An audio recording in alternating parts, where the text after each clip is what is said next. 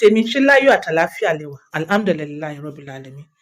If this is your first time èmi máa sọ̀rọ̀ ọkọ àtìyàwó mo dà máa showcase apps lórí ti tèmi ṣé ẹ mọ tàgìrì ẹ lọ wá kẹ lọ dà sínú ilé ẹ̀rọ ni ẹ̀rọ ìgbóná ni ìgbóná could come in form of convulsion ìgbóná could come in form of measles chicken pox smallpox even stroke even nǹkan táwọn Haúsá ń pè ní wútẹ́ndéré ẹ mọ̀ nǹkan tó ń jẹ́ wútẹ́ndéré bíi pé kí wọ́n lẹ ọta kí wọ́n lẹ̀ fún yàn ó máa wá ṣẹlẹ̀ ní bí ọ̀nà méjì á wá máa lépa kó ń join ó dẹ̀ máa wá pẹ̀lú ìnira burúkú if care is not taken ó lè pààyàn so ẹ mú tàgìrì ẹ sọ sínú ilé ó dáa fún ọmọdé ó dáa fún àgbàlagbà àní rí wàhálà o tàgìrì mo sọ ẹ jẹ́ kó jẹ́ fresh one tó bá ti ń gbẹ ẹ máa replace ẹ̀ òkè lórí tèmi èyí náà rí title mo ti ṣe topic yẹn jọ yẹn mo ní ìjẹ́ ìwọ ọkùnrin ní àbóbìnrin ní tó happen pé o bá obìnrin olóbìnrin sùn nínú mọ́tò mo ní èmi ní experience kan ẹ lọ wò ó if this is your first time sorry please mo fẹ́ clear throat mi kó lè bá clear dáadáa ẹ lọ wò ó tẹ́ bá ti wò ó experience tèmi ni kò tí yẹ kí túmọ̀ repeat ẹ̀ mo wá ní anybody bá ní experience níbẹ̀ yẹn kó jẹ́ ká gbọ́ àwọn èèyàn fún mi ní comment nínú comment èèyàn kan tó fún mi òun ni pé ó ti ṣẹlẹ̀ sí mi rí kí ló dé tèmi ti ní gauze láti mọ̀ sọ èmi ti jẹ́ victim rí kí ló dé tí mo ti ń sọ ó dàbí ẹni pé I'm sorry to say orí èèyàn náà ò pé ìdí torí rẹ̀ ò fi pé ni pé a dúpẹ́ lọ́wọ́ social media ló jẹ́ kẹ́ ẹ ní orí ọ̀fẹ́ tèmi obìnrin fi sọ jáde èmi náà ò sọ fẹ́yàn kankan nítorí wọ́n ti brainwash brain wa pé ká mọ́ sọ̀rọ̀ mo wá ní orí ọ̀fẹ́ mo wá sọ jáde nítorí pé mo ní channel bíbí tó bá jẹ́ pé àwọn àtìkàn ti ní orí ọ̀fẹ́ táwa ní ni àwa náà ti wà at alert èmi náà ò ní jẹ́ kí ọkùnrin kan fọwọ́ jẹ mí lára nínú mọ́tò because experience yẹn mo ṣe rántí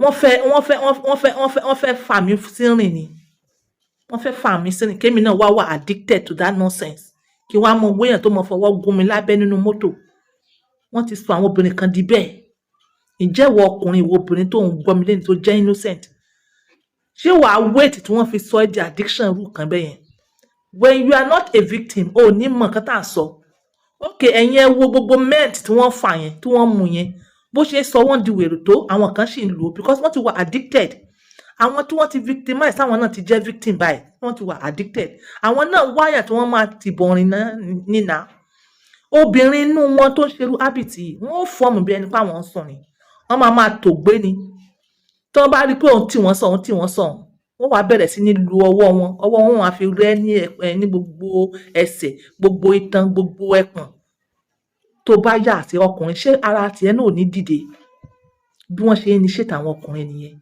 àwa wá ń já ilé kanna létí pé tẹ́ bá rírú àwọn obìnrin bẹ́ẹ̀ ṣíṣe ni kẹ́ ẹ mú báàgì yín kẹ́ fi demarcate wọn ó lè jẹ́ innocent lóbìnrin náà ó lè má jẹ́ pé òun gan lè má mọ̀ bẹ́ẹ̀ tẹ́ bá ti fi báàgì demarcate wọn ṣe mọ̀ pé wọ́n máa tògbé lórí báàgì ni bẹ́ẹ̀ tó bá jẹ́ pé ìwọ bí wọ́n ṣe ń ṣe nìyẹn ṣe mọ̀ pé níjọ́ yẹn èmi innocent bẹ́ẹ̀ arákùnrin yìí wọ́n ti initiate ẹ̀ torí at the end of the day ó sọ fún mi pé kí n má bínú ohun mọ̀ nǹkan tó máa ń get over yìí wọ́n ti initiate ẹ̀ ó ti ń gbádùn irú ìbálòpọ̀ bẹ́ẹ̀ yẹn ó ti gbádùn kó máa fọwọ́ jẹ obìnrin lára ó ti gbádùn kó máa dó obìnrin nínú mọ́tò níjọ́ kan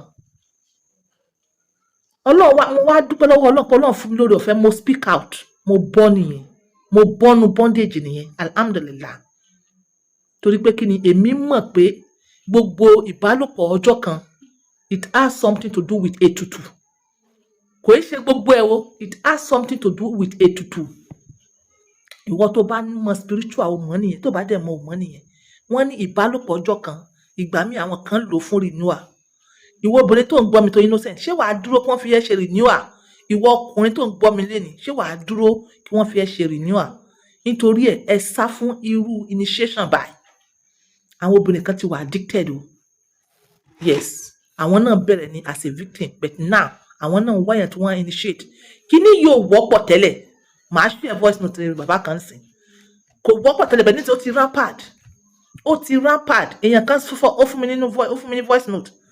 Ó ní àwọn obìnrin tó máa ń lọ gbèríko yẹn, àwọn gan ni victim jù. Àwọn obìnrin tí wọ́n máa ń lọ gbèríko tó máa ń dé lálẹ́, àwọn ni victim jù.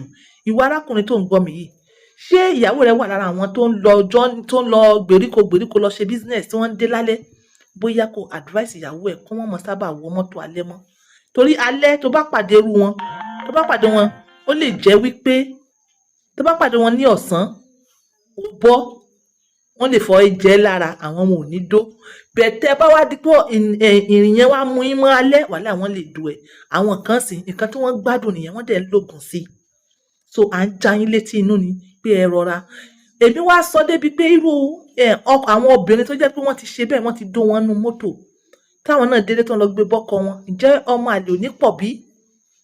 Àwọn kan fún wa ní comment pé let the sleeping dog lie. Àwọn kan ló sọ bẹ́ẹ̀ o.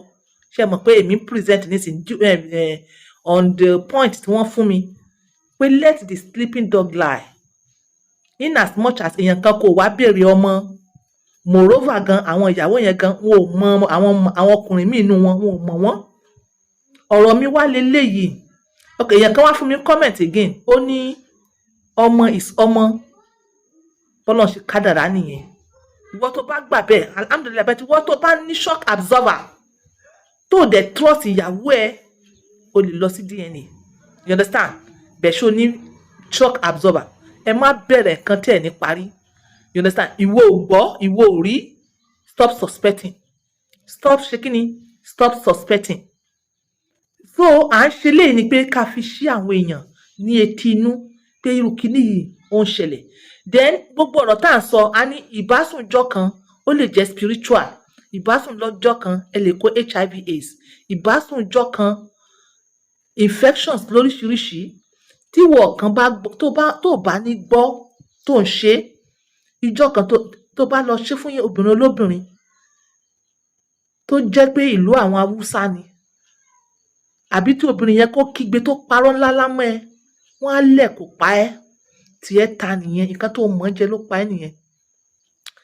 Then again, ṣé ẹ mọ̀ pé nísìnyí oníkálukú wa a ní kádàrá. Ọlọ́run ti lè destiny fún bàbá kan nísìnyí àbọ́kùnrin kan pé ọmọ 10 ni wàá bí o. Nínú ọmọ 10 rẹ̀ tó máa bí, eléyìí máa jẹ́ olóríire. Wọn ò ní lè sọ fún ẹ pé bóyá obìnrin yìí ló máa bí fún ẹ àbóbìnrin tán. Ìwọ rò bóyá ìyàwó rẹ ni, ìwọ wà lára àwọn tó ń ṣe ìbásùn ọjọ́ kọ̀ọ̀kan fún àwọn èèyàn nínú mọ́tò. Ọmọ alálùbáríkà rẹ ló bá ti dànù. Àbá àgbọ́rí, àìmọye àwọn ọmọ táwọn Yíbò ti gbé lọ. Àìmọye tí wọ́n ti gbé lọ. You understand? Wọ́n ti gbé lọ. Ni wàá bá lé ló bá ní. Àṣé bí wọ́n ní àwọn ọmọ mi kan, ọmọ alálùbáríkà ni, ó ló máa set up àwọn yòókù. Ó ti lọ, ó ti dànù, ó ti dà káàkiri, ó mọ ibi tó dá sí. Bẹ́ẹ̀ bá ti bẹ̀rù àìsàn tí ò gbóògùn, tẹ́ ẹ bẹ̀rù pé wọ́n ń lò yín. Dojúmọ́ là ń sọ, dojúmọ́ là ń rí àwọn obìnrin tó jẹ́ pé wọ́n ń kú ní hòtẹ́ẹ̀lì, tí wọ́n ń pọ̀ ẹ̀jẹ̀ lẹ́nu, tí wọ́n ń pọ̀ ìdí. Ẹ̀yin kò gbàgbọ́, ẹ̀yin kan ò listen. Ẹ̀yin kò listen. So ìjọ tí pálábá rẹ̀ tó bá ṣẹ́gi níwò ọkùnrin tó yẹ kí wọ́n ti initiate ẹ, tó mọ̀ fọwọ́ jẹ àwọn obìnrin káàkiri inú mọ́tò. Èmi ti learn. Ìtúnsun yẹ̀yẹ́ mọ́nú mọ́tò.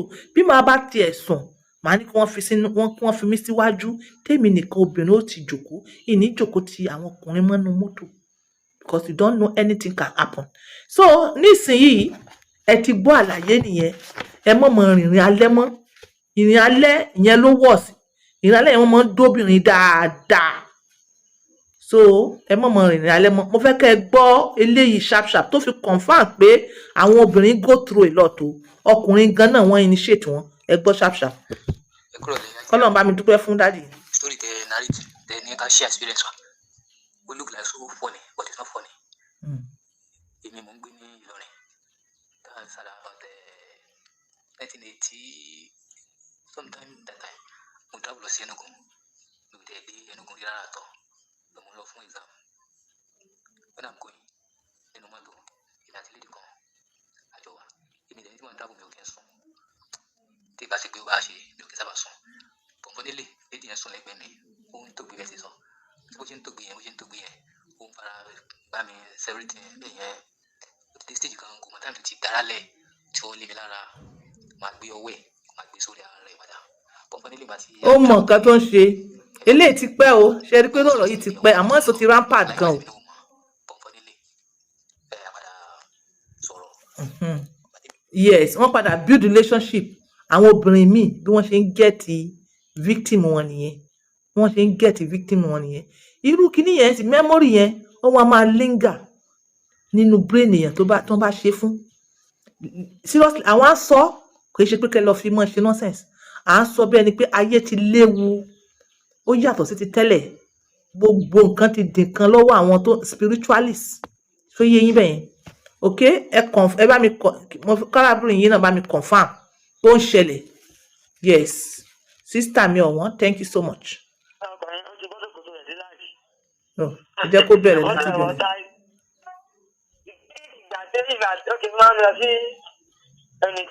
Má dárúkọ. Àwọn ọkọ̀ alẹ́ náà ni. Ọ̀gbọ́n yìí bò ní. Àtúbàtúbà nínú ọkọ̀ yẹn ó ti bọ́ sókòtò rẹ̀ dé láàjì. Ẹ gbọ́. Ó dẹ̀ wọ táìtì. Ó ti bọ́ sókòtò dé láàjì. Ó dẹ̀ wọ táìtì. Èmi sì ti sùn lọ. Ó ti wá sọ ẹ̀ síbi jíǹsì tí mo wọ̀. Ó ti bọ́ sípò mi. Wà láìtẹ̀lá ó bọ́ sípò sòkòtò mi. Ó ń sùn, ó ti bọ́ sókòtò ẹ̀.